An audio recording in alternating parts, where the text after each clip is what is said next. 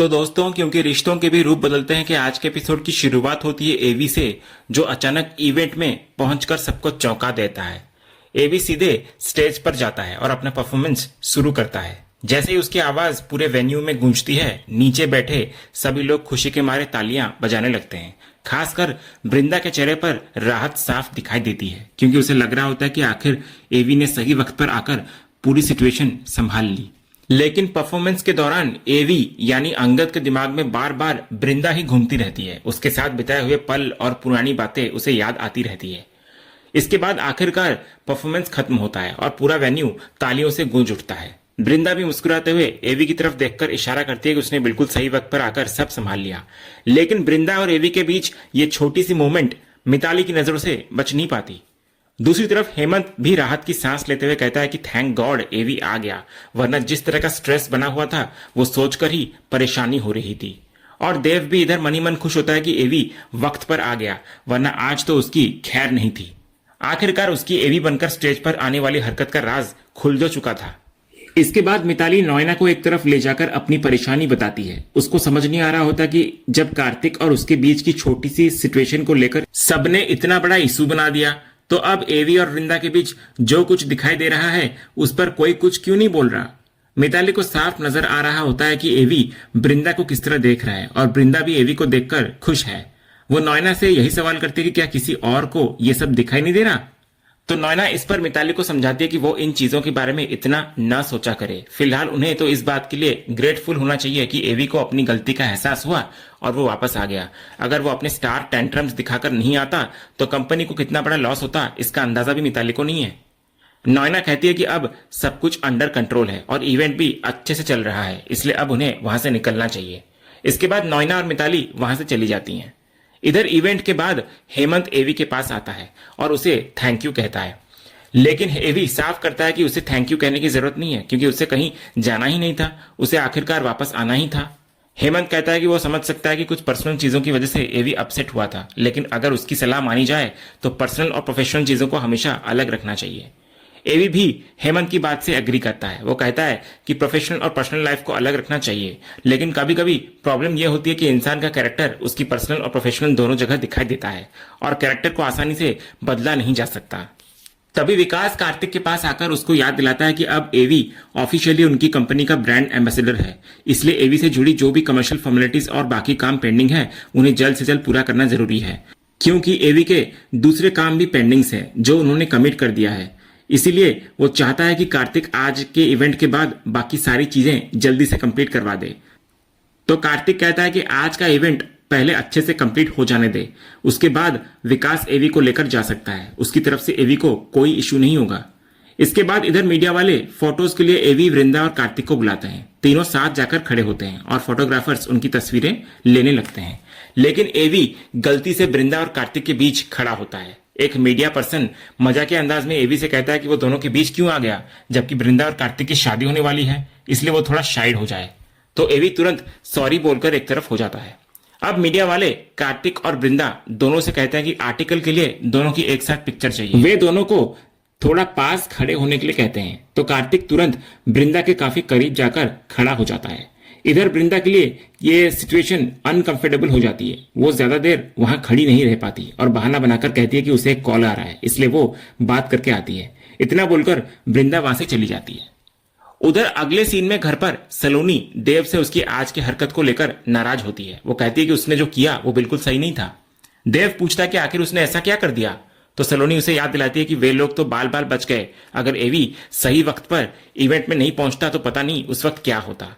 वो देव को समझाती है कि उसने सिर्फ एवी के फैंस के इमोशंस के साथ नहीं खेला, बल्कि अपनी ही कंपनी की रेपुटेशन को भी स्टेक पर डाल दिया था। क्या उसे जरा भी अंदाजा है कि अगर एवी नहीं आता तो उनकी कंपनी की कितनी बदनामी होती। देव फिर भी अपने डिसीजन को गलत नहीं मानता। वो कहता है कि उसे उस वक्त जो सही लगा उसने वही किया और उसका इंटेंशन सिर्फ बिजनेस को हेल्प करना था। सलोनी इधर मानती है कि वो शायद बिजनेस को बचाने की कोशिश कर रहा था, लेकिन इस तरह का रिस्क लेना कोई सोल्यूशन नहीं था। तो देव कहता है कि बिजनेस को बचाने के लिए उसे जो भी करना पड़ेगा वो करेगा, लेकिन सलोनी हर बात पर उसे लेक्चर देना बंद करे। इसके बाद देव अचानक बात को दूसरी तरफ ले जाता है और सलोनी के मायके पर बात आती है। वो शिकायत करता है कि काफी समय हो गया है और उसके मायके से पहले की तरह सामान और गिफ्ट्स नहीं आ रहे हैं। वो पूछता है कि आखिरी बार वहां से सामान कब आया था, क्या सलोनी को याद भी है? देव का कहना होता है कि सिर्फ इसलिए कि वे लोग जमशेदपुर आ गए हैं क्या रिश्ते खत्म हो जाते हैं? अगर उसके लिए नहीं तो कम से कम आरव के लिए तो उन्हें कुछ भेजना चाहिए। सलोनी उसको समझाती है कि आरव ऐसा कुछ नहीं सोचता कि नाना नानी के घर से क्या आया या क्या नहीं आया, लेकिन देव अपनी बात पर अड़ा रहता है और कहता है कि सलोनी अपने घर पर कॉल करके कुछ भेजने को कहे। लेकिन सलोनी इस बात पर साफ इनकार करती हुई नजर आती है। वो कहती है कि गिफ्ट्स मांगे नहीं जाते बल्कि दिल से दिए जाते हैं। इतने सालों से उसके घर वाले अपनी तरफ से बहुत कुछ देते आए हैं, इसलिए अब वो उनसे कुछ मांगने या कहने वाली नहीं है। दूसरी तरफ हम देखते हैं कि अंगद चुपके से बृंदा के घर में खिड़की के रास्ते से अंदर आ चुका होता है। वो सीधे बृंदा के बेडरूम में पहुंचता है और देखता है कि बृंदा आराम से सो रही होती है। तभी अंगद की नजर बृंदा की पायल पर पड़ती है और उसे अपना पुराना वक्त याद आने लगता है। वही पायल जो कभी उसने खुद बृंदा को दी थी। उसे याद आता है कि वृंदा ने उस समय उस पायल की कितनी तारीफ की थी और फिर अंगद ने अपने हाथों से उसे वृंदा के पैर में पहनाया था। इन पुरानी यादों में खोकर अंगद कुछ देर तक वहीं खड़ा होकर वृंदा को देखता रहता है। फिर धीरे से उसके पास जाकर बैठ जाता है और उसे सोते हुए निहारने लगता है। उसके चेहरे पर पुराने रिश्ते और साथ बिताए हुए खुशहाल पलों की यादें साफ दिखाई देती हैं। तभी कमरे में हवा चलती है और बृंदा के बाल उसके चेहरे पर आ जाते हैं, तो अंगद धीरे से उसके बालों को हटाता है। लेकिन तभी उसकी नजर बृंदा के खुले हुए लैपटॉप पर पड़ती है। लगता है कि काम करते करते ही बृंदा की आंख लग गई थी। तो अंगद लैपटॉप बंद करने के लिए आगे बढ़ता ही है कि अचानक बृंदा की नींद खुल जाती है। तो अंगद तुरंत खुद को छिपा लेता है, कहीं जाकर छिप जाता है। वृंदा उठकर देखती है कि खिड़की खुली हुई है। वो खिड़की बंद करने की कोशिश करती है, लेकिन वो जाम होने की वजह से बंद ही नहीं हो रहा होता। ये देखकर छिपा हुआ अंगद फिर पुराने वक्त में चला जाता है। उसे याद आता है कि एक बार इसी तरह बृंदा से खिड़की बंद नहीं हो रही थी और तब उसने बृंदा की हेल्प की थी। दोनों ने मिलकर खिड़की बंद की थी। लेकिन इस बार अंगद बस मन ही मन कहता है कि सॉरी बृंदा, इस बार तुम्हें यह खिड़की अकेले ही बंद करनी होगी। इतना सोचकर वो मौका मिलते ही वहां से निकल जाता है और दूसरी तरफ आखिरकार बृंदा भी अपने हाथों से खिड़की बंद कर लेती है। इसके बाद उधर अंगद कमरे से निकलकर हॉल में आता है, लेकिन वहां पहुंचते ही उसे एहसास होता है कि घर के सारे दरवाजे बंद हैं। अंगद परेशान होकर सोचता है कि अब वो यहां से बाहर निकले तो निकले कैसे। उसे घुटन भी महसूस होने लगती है। तभी वो आगे बढ़ता है तो सामने से देव आता हुआ दिखाई देता है, तो अंगद तुरंत छिप जाता है। इधर देव किचन की तरफ जाने लगता है, लेकिन अचानक रुक जाता है और पीछे मुड़कर आवाज लगाता है, अंगद चाचू। देव पीछे देखता है, लेकिन वहां कोई नहीं होता। वो खुद ही सोचता है कि यहां तो कोई नहीं है, फिर उसे ऐसा क्यों लगा कि अंगद चाचू यहां है। फिर वो खुद से कहता है कि शायद अब तो अंगद चाचू उसके सपनों में भी आने लगे हैं। इधर अंगद को बाहर निकलने का कोई रास्ता नहीं मिल रहा होता। वो सोचता है कि फिलहाल गार्डन में जाकर छिप जाता हूं और किसी के जागने से पहले वहां से निकल जाऊंगा। लेकिन जैसे ही वो गार्डन की तरफ जाता है, उसकी नजर अक्षय, माधवी और टिम्सी पर पड़ती है। तीनों वहीं पर बैठे हुए होते हैं, तो अंगद तुरंत रुक जाता है और छिपकर उनकी बातें सुनने लगता है। उधर माधवी उदास होकर कह रही होती है कि कुछ समय पहले उसे लग रहा था कि आखिरकार सब कुछ ठीक होने वाला है। उसे उम्मीद थी कि बृंदा की लाइफ में कोई ऐसा इंसान आया है जो उनसे प्यार करता है और उनकी रेस्पेक्ट करता है, लेकिन आखिर में फिर वही हुआ और उसकी मम्मा को हर्ट होना पड़ा।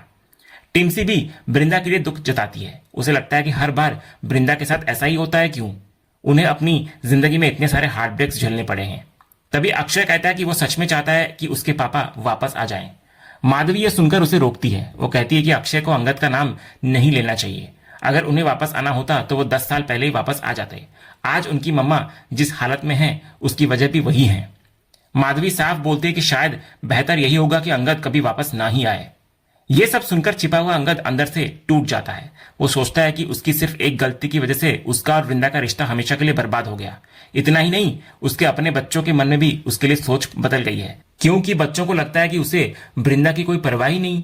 इसके बाद माधवी अक्षय से बोलती है कि पति पत्नी के बीच आखिर क्या हुआ ये उन्हें पता नहीं था, लेकिन पापा ने बच्चों के बारे में यानी कि उनके बारे में कभी सोचा ही नहीं। 10 साल तक उन्होंने कभी ये जानने की कोशिश भी नहीं की कि बच्चे कैसे हैं, कहाँ हैं और क्या कर रहे हैं। मम्मा ने अकेले सब कुछ संभाला और सारी जिम्मेदारियां उठाई। इसलिए माधवी अक्षय से कहती है कि वो पापा का नाम दोबारा ना ले। ये सुनकर अंगद के मन में और भी पछतावा भर जाता है। उसे रियलाइज होता है कि वृंदा और बच्चों के साथ जो कुछ भी हुआ उसमें उसकी गलती सबसे बड़ी है। इसी बीच अंगद वापस अंदर जाने की कोशिश करता है, लेकिन अचानक उसका पैर किसी चीज से टकरा जाता है और वहां तेज आवाज होती है। यह आवाज माधवी, अक्षय और टिम्सी तीनों सुन लेते हैं। टिम्सी तुरंत बोलती है कि उसे लगता है कि गार्डन वाला वही भूत है। वो पिछली बार की बात याद दिलाती है कि उसने यहाँ चिप्स रखे थे और वापस आने पर चिप्स गायब हो गए थे। ऊपर से उसने कुछ अजीब आवाजें भी सुनी थी। माधवी डर कर टिम्सी को बोलती है कि वह ऐसी बातें ना करे, उसे डर लग रहा है। लेकिन टिम्सी कहती है कि वो मजाक नहीं कर रही, बल्कि सच में उसे लगता है कि यहाँ पर कुछ है। तभी अक्षय उनको समझाता है कि फिल्मों में भूत होते हैं, रियल लाइफ में नहीं। फिर वो माधवी को यकीन दिलाता है कि उसे डरने की जरूरत नहीं है, वो उसके साथ है। तभी टिम्सी कहती है कि अगर उन्हें विश्वास नहीं हो रहा है तो वो चले उसके साथ, आज वो खुद सबको ये भूत दिखाएगी। इतना बोलकर टिम्सी, माधवी और अक्षय तीनों अंदर की तरफ आने लगते हैं। उधर अंगद ये देखकर तुरंत वहां से हटता है और दोबारा अंदर की तरफ जाकर बाहर निकलने का रास्ता ढूंढने लगता है। लेकिन तभी सामने से देव एक बार फिर आता हुआ दिखाई देता है, तो अंगद तुरंत फिर से छिप जाता है। इसी बीच देव का पैर टेबल पर रखी एक फूलदानी से टकरा जाता है। फूलदानी गिरते गिरते बचती है और देव उसको संभालने में लग जाता है। उधर टिम्सी भी माधवी और अक्षय को लेकर उसी तरफ बढ़ती आ रही होती है और कहती है कि आज तो वो किसी भी हालत में उस गार्डन वाले भूत को पकड़कर ही रहेगी। माधवी इधर डरती है दोबारा कि उसे डर लग रहा है, तो अक्षय उसको कहता है कि उसे डरने की जरूरत नहीं है क्योंकि वो उसके साथ है। उधर अंगद मन ही मन सोचता है कि इससे पहले कि कोई उसे देख ले उसको जल्दी से यहाँ से निकलना होगा। तभी उसकी नजर पास की एक खिड़की पर पड़ती है। वो तुरंत खिड़की खोलने की कोशिश करता है, लेकिन खिड़की खुलती ही नहीं। अंगद परेशान होता है, लेकिन कुछ देर बाद कोशिश करने पर आखिरकार खिड़की खुल जाती है और वो मौका मिलते ही वहां से बाहर निकल जाता है। उधर टिम्सी, माधवी और अक्षय आगे बढ़ते हुए अचानक देव को देख लेते हैं। तीनों एक साथ हैरानी से पूछते हैं कि आप यहाँ क्या कर रहे हैं? तो देव भी उल्टा उनसे पूछता है कि इस वक्त तुम तीनों यहाँ क्या कर रहे हो? माधवी मजाक में कहती है कि उन्हें लगा था कि यहाँ कोई भूत है। तो देव ये सुनकर कहता है कि उसने स्किन केयर नहीं की तो इसका मतलब ये थोड़ी ना है कि वो भूत बन गया, तुम लोग भी कुछ भी बोलते हो। तभी अक्षय देव से पूछता है कि वो इतनी रात को यहाँ क्या कर रहे हैं? तो देव कहता है कि वो बस पानी लेने आया था। लेकिन फिर वो भी पूछता है कि तुम लोग यहाँ क्यों घूम रहे हो इतनी रात पर? अक्षय कहता है कि उन्हें नींद नहीं आ रही थी, इसलिए वे गार्डन में बैठे हुए थे। तो देव उनको समझाता है कि इतनी रात को गार्डन में घूमने की जरूरत नहीं है, अब सब लोग वापस जाओ और जाकर सो जाओ। इसके बाद अगली सुबह का सीन आता है। डाइनिंग टेबल पर हेमंत, बृंदा और घर के बाकी लोग बैठे होते हैं। हेमंत इधर कहता है कि कार्तिक का फोन आया था और उसने मीटिंग के लिए बुलाया है, इसलिए उसे जाना पड़ेगा।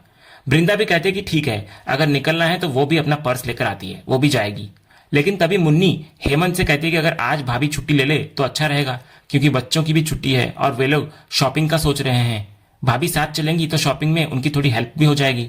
इतना कहते हुए मुन्नी हेमंत की तरफ इशारा करती है और हेमंत तुरंत समझ जाता है कि बात क्या है। वो वृंदा का साथ देते हुए कहता है कि मुन्नी बिल्कुल सही कह रही है, आज वृंदा अगर काम से छुट्टी ले लेगी तो थोड़ा चेंज भी हो जाएगा उसके लिए और शायद उसे थोड़ा बेटर फील होगा। लेकिन वृंदा साफ बोलती है कि उसे आज काम करना है और वो ऑफ नहीं लेना चाहती। वो मुन्नी से कहती है कि तुम सलोनी के साथ चली जाओ, मैं आज काम करूंगी। तभी सलोनी वृंदा को समझाती है कि वो जानती है कि बच्चे हमेशा उन्हें ही पूछते हैं। वृंदा के बिना बच्चे शॉपिंग में कुछ भी नहीं लेने वाले, इसलिए उन्हें भी साथ चलना चाहिए। मुन्नी भी जानबूझकर कहती है कि भाभी का जाना बहुत जरूरी है। अब वृंदा को धीरे धीरे समझ आने लगता है कि आखिर घर में ये सब क्यों हो रहा है। वो हेमंत को पूछती है कि क्या ये सबकी मिली भगत है? तो हेमंत तुरंत सफाई देते हुए कहता है कि कैसी मिली भगत, वो इनके साथ बिल्कुल नहीं है, ये लोग अलग हैं और वो अलग हैं। वो कहता है कि वो तो सिर्फ वृंदा के लिए बोल रहा था क्योंकि उसे चेंज थोड़ा मिलेगा तो अच्छा फील होगा। वृंदा कहती है कि उसे पता है कि सब लोग ऐसा क्यों कर रहे हैं, सब चाहते हैं कि उसका मूड अच्छा हो जाए और वो थोड़ा खुश हो जाए, लेकिन वो सच में ठीक है और उसे किसी की चिंता करने की जरूरत नहीं है। फिर भी वृंदा कहती है कि उसे मीटिंग में जाना ही है। हेमंत उसको रोकते हुए कहता है कि मीटिंग की चिंता मत करो, मैं और देव दोनों मिलकर मीटिंग संभाल लेंगे। तभी माधवी भी वृंदा से कहती है कि अगर वो नहीं आना चाहती तो कोई बात नहीं, वे लोग अकेले चले जाएंगे। मुन्नी भी बच्चों से जानबूझकर कहती है कि रहने दो, तुम्हारी मम्मा को वैसे भी सिर्फ अपने काम की पड़ी रहती है, हम लोग अकेले ही शॉपिंग कर लेंगे। ये सुनकर हेमंत एक बार फिर वृंदा से कहता है कि अब जब बच्चे और घर के सब लोग कह रहे हैं तो चली जाए वो, आखिर इसमें बुराई ही क्या है। घर के सभी लोग फिर वृंदा से शॉपिंग चलने के लिए इंसिस्ट करने लगते हैं। तो आखिरकार वृंदा उनकी बात मान जाती है और कहती है कि ठीक है, आप सबने इस तरह मुझे घेर ही लिया है तो मैं शॉपिंग के लिए चलूंगी। और इसी सीन के साथ आज का ये एपिसोड यहीं पर खत्म होता है। तो दोस्तों, अब देखना दिलचस्प होगा कि वृंदा को शॉपिंग पर ले जाने के पीछे परिवार का ये प्लान क्या है और क्या इससे उसका मूड सच में बदल जाएगा। अपनी राय नीचे कमेंट में जरूर बताइए। अगर आपको आज का ये वीडियो पसंद आया तो वीडियो को लाइक और शेयर जरूर करें और ऐसे लेटेस्ट एपिसोड का अपडेट्स जानने के लिए हमारे इस चैनल को सब्सक्राइब करना बिल्कुल ना भूलें और बेल आइकन को भी जरूर दबा दें। मिलते हैं अगले एपिसोड के अपडेट के साथ, तब तक के लिए धन्यवाद।